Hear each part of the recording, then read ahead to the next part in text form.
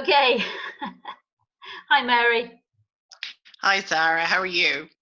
Yeah, given the extraordinary circumstances, doing okay. A lot of adjustment to be made. I think everybody's obviously feeling the same things. And yourself? Yes, as a parent with a teenager who's receiving assignments after assignment after assignment, we are getting through this just about. But I think teachers could also take a step back from some of the work that they're setting. But that's for another day's discussion, I think. Yeah, we'll do a separate one, vlog on that one.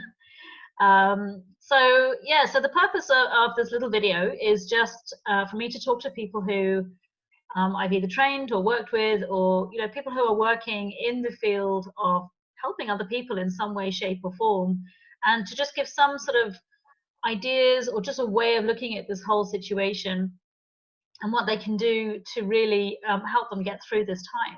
So I know we talked before we started the video about what you'd like to discuss today. So I'm just going to hand over to you. Thank you. Yeah, I suppose for me, because the word that has been used in the media is unprecedented, and as you said yourself, it is extraordinary. I began to try and think and make sense of things and see how I was and see where I was. And it just, the metaphor of loss just came to my mind straight away. And I think that everybody can relate to that because we're losing so much. Many have lost their jobs. My own son included. My friends have lost their premises. With the turn of a key, their livelihood is now in question. We're losing social connection. We're losing social freedom. So we're losing so many things. And it is a bit like, I suppose, the loss kind of framework that Kubler-Ross would have developed when she was talking about patients who were dying, but this has still transcended time since the 60s, 70s, and is still very relevant today, because I know that you're going to show a graph from Sussex University about the curve of change is what they're calling it, but basically they still have the essential elements of her framework. And the first thing I know when I heard about this was denial. Oh God, this isn't happening. This can't be happening. And I know the one piece that your diagram has, which is the shock. Yeah. First of all, is it happening? And then and like, oh my God. And then the denial. This can't be happening. And the denial, it can't happen. I'll share the graph just as you're talking, so you can take people through. Yes. Absolutely. So as I said, the first one for you on the change curve is the shock. And I think this was a shock for us all. And then denial, and I think denial as well, that it couldn't happen here and it won't happen to me. And then I suppose Kubler-Ross kind of goes into then anger, that you're angry that this is happening. And we're seeing that all the time. People fighting over toilet paper, over rice, over pasta. And the thing is as well that these are normal feelings and it is okay to feel that way. But as Brene Brown in a podcast recently said, let's, however, be pissed off with perspective. We don't want to start fights at the supermarket. Yes, we may be angry.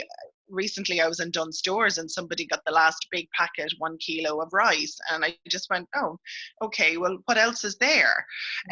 So it is, we will be angry, but it's what we do with that anger. That's the important thing, to make sure that we are not hurting ourselves and not hurting others, because we know when we hang on to things. All right. I don't have it, I promise. When we hang on to things, that can just eat us up. And then we bargain sometimes. Now, I know myself, I didn't really go into the bargaining piece where I might have said, give it to me and not the kids, keep the kids safe, or keep my partner safe, keep my mother safe. It's okay if I get it. I didn't do that. And again, these aren't stages that you have to go through. Even if you don't go through them, that's okay. It's just kind of a general, are you sure you're okay? I can't believe I'm coughing in the middle of it. Sorry. That's okay. I would So imagine. I would imagine some of the bargaining, though, may have been about, okay, well, as long as it's only for a couple of weeks. yes, Okay, I can do this as long as it's only for a couple of weeks. So it yeah, wasn't so much about maybe swapping places with somebody who was sick or trying to protect our children, but almost like, yeah, yeah, okay, all right, well, here's the deal. You yeah. tell me how long this is going to go on for, and then I'll be okay. Yes. And I think, and I might come back to that at the end, because I think that's the piece that actually is most concerning and causing the most anxiety, because we don't know how long this is going to last. It is so uncertain. Um, and then the next, Sorry. This is so interesting because now my son is playing with the ball against the wall when I'm trying to record. So just give me 1 second. yeah, In fairness, I didn't tell him I was recording, but we're going to leave it in because this is real. This is real life. This is what's happening, and trying to do our work when our kids are around. yes, Bored out like of the the brain. journalist, like the journalist on BBC where the child came in that everybody knows about. Absolutely.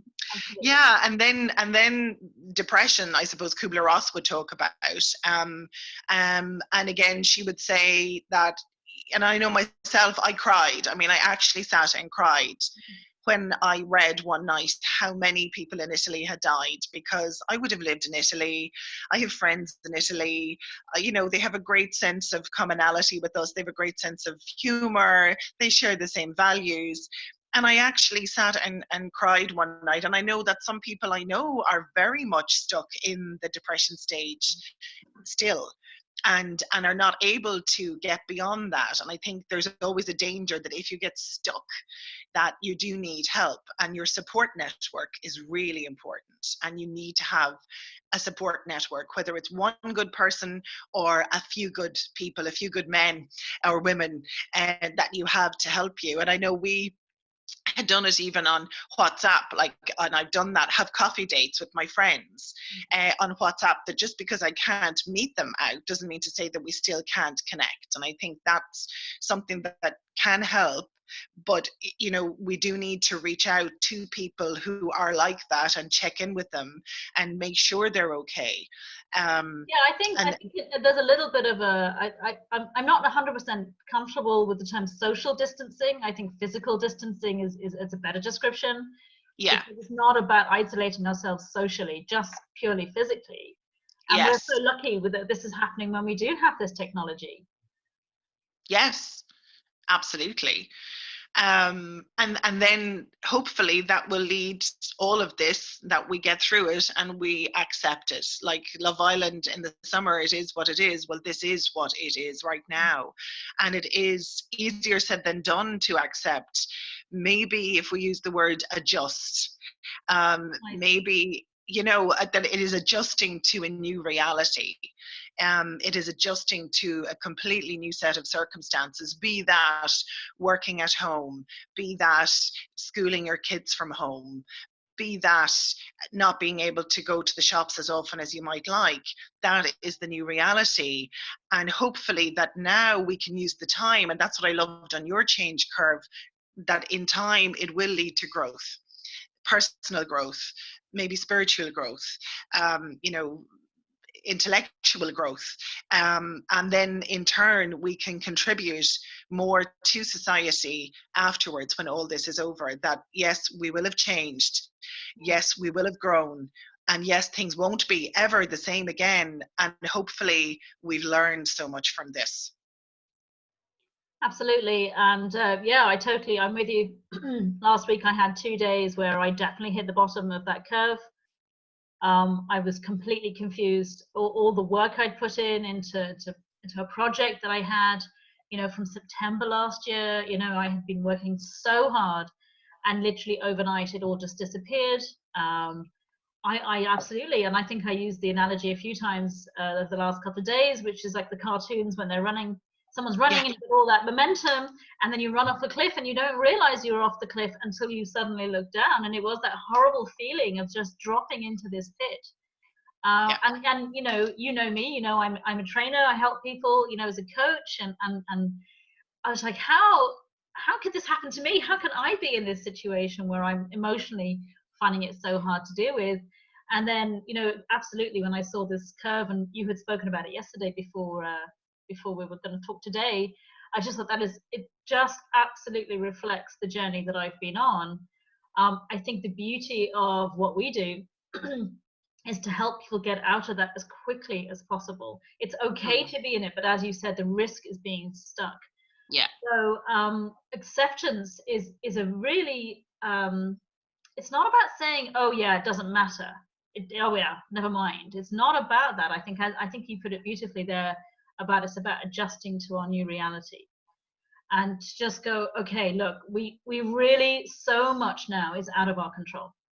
Yeah. And I think so much of what we're trying to do in our lives is to control things. And whilst we might have some of it under control, a lot of it is an illusion anyway, that we can control things really outside of ourselves. So that acceptance, first of all, accepting that we've had these emotions. Yeah. Or whatever stage somebody's in, to just go, do you know what?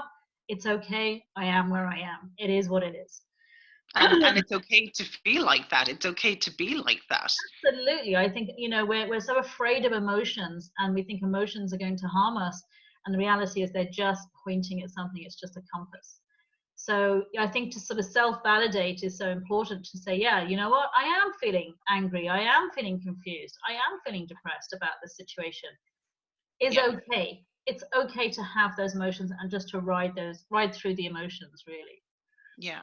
And I think as well, it's about being kind to ourselves, and making sure that that little parrot in our shoulder isn't a poison parrot, that it, you know, that it's not the monkey that's on our shoulder, that it's actually an angel on our shoulder who's, or a better version of ourselves on our shoulder, who's saying, look, we will get through this, we're strong. And it's funny, I read something by Tony Robbins recently that, you know, for the thing to me, I suppose, is music. Music helps me so much, and has helped me so much over my life, through my life.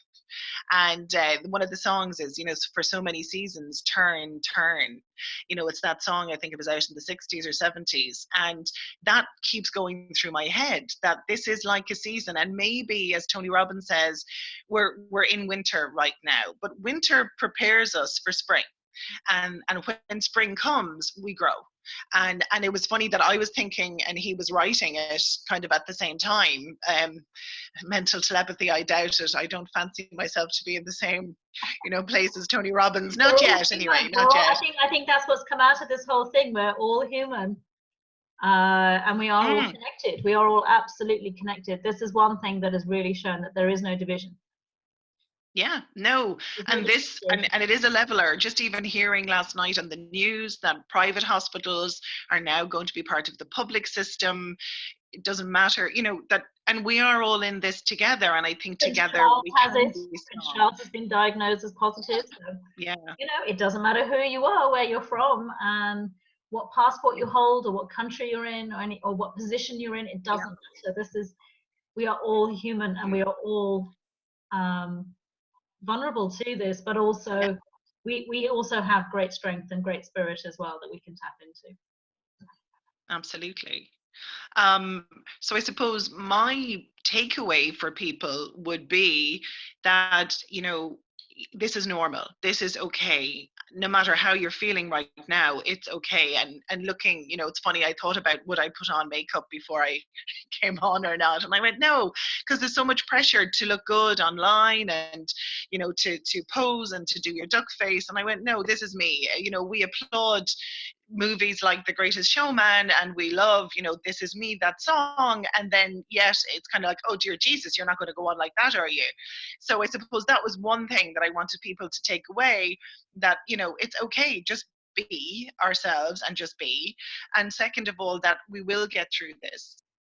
there is a strength. I think I love parts language, and anybody interested in attachment theory, you know, Dan Hughes and Louise Bomber and a whole lot of other people, they talk around parts language. So there is a part of us, yes, that's uncertain, a part of us that's scared, but there's a part that's really strong. There's a part that's still connected. There's a part that can do this. There's a part that's brave. And I think they would be, for me, the two big takeaways from today's little chat. Well, that's just wonderful, Mary. Thank you so much. And next time, hopefully, we'll be doing this in person, not just online. But in the meantime, stay safe, stay well. Thank you. And, stay strong. Thank you very much. Okay. Bye.